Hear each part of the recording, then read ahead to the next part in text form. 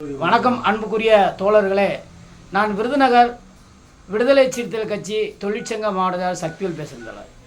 இன்றைய தினம் மின்சார கட்டணம் அதிகமான உயர்வை கண்டித்து தமிழகமெங்கும் ஒரே போர்க்களம் நடந்து கொண்டு தான் இருக்கிறது.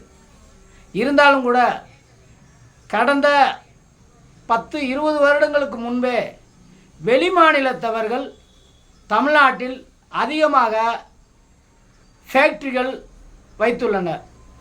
குறிப்பிட்டு சொல்லப்போனமேயானால், நான் இருக்கக்கூடிய பாவாளி பஞ்சாயத்து பகுதியிலேயே 274 ஃபேக்ட்ரிகள் உள்ளன. அந்த 274 ஃபேக்ட்ரிகளும் கைவினைப் பொருட்களாகவோ மக்களுக்கு தேவைப்படும் பொருட்களாகவோ எந்த ஒரு இயற்கை நவதானியம் செய்யக்கூடிய பொருட்களாகவோ எந்த ஒரு ஃபேக்ட்ரி அது கிடையாது. எல்லாருமே அதன் உரிமையாளர் யாருமே இங்கே உள்ளவங்க கிடையாது. ஒன்று வட மாநிலத்தவர், ஒன்று வெளி மாநிலத்தவர், அனைவரும் இங்கே வந்து வச்சுருக்கிறாங்க. ஆனால் இதில் பணியாற்றக்கூடியவர் யாருன்னு பார்த்தா பூராமே வட மாநிலத்தவர். ஆனால் இங்கே ஃபேக்ட்ரி மட்டும்தான் இருக்குது. ஆழ்துளை கிணறுலேருந்து தண்ணியை கிட்டத்தட்ட 2-3 போர் வாட்டரை உறிஞ்சிடுறான். ரெண்டாவது, ஒவ்வொரு ஃபேக்ட்ரியும் 200 kVக்கு மேலே மின்சாரத்தை வந்து பயன்படுத்துகிறாங்க. ஆனால் அந்த மின்சாரம் சரியாக திருட்டு இல்லாமல் சரியான முறையில் பயன்படுத்துகிறாங்களா என்பது தமிழ்நாடு மின்சார வாரியம் ஆய்வு செய்யப்பட வேணும். ரெண்டாவது, அங்கே பணியாற்றக்கூடியவர் யாருன்னா 100க்கு 80% வெளி மாநிலத்தவர் தான்.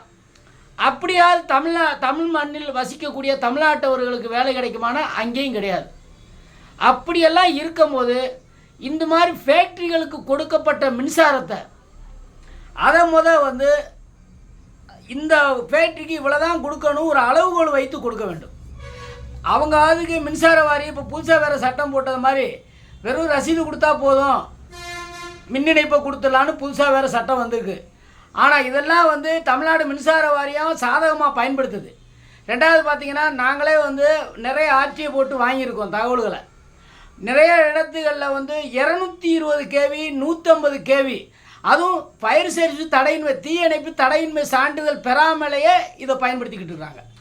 அப்படிங்கும்போது மின்கசிவு ஏற்பட்டால், தீயணைப்பு தடையின்மை சான்றிதழ் இல்லாமல் இருக்கிற இடத்துல மின்கசிவு ஏற்பட்டால் அந்த இடம் தீப்பிடிச்சா எத்தனை உயிர் பலி ஏற்படும். ரெண்டாவது, நிறைய இது போன்ற தகவல்களை நானும் யூடியூப்லேயும் ஃபேஸ்புக்லேயும் தகவல் கொடுக்கத்தான் செய்கிறேன்.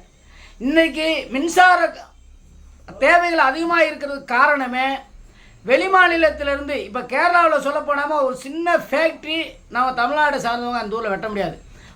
வானந்தோண்டனாவும் ஃபாரஸ்ட்டை வந்து எத்தனை மரத்தை வெட்ட போகிறோம் தகவல் சொல்லணும். போர் போட முடியாது, மின் இணைப்பு பெற முடியாது. அவ்வளோதில் சட்டத்திட்டங்களை எல்லா நாடும் எல்லா மாநிலத்திலும் கடைப்பிடிக்கிறாங்க. ஆனால் தமிழ்நாட்டில் வந்து கடைப்பிடிக்கிறதே கிடையாது. அதிகாரி அவங்க வாடி இஷ்டத்து போல் கரண்டை கொடுத்துட்றாங்க. அப்படி கரண்டெல்லாம் ஒரு 200 kVங்கிறது 3 கிராமத்துக்கு பயன்படுத்தணும் அடிப்படை தேவைக்கு.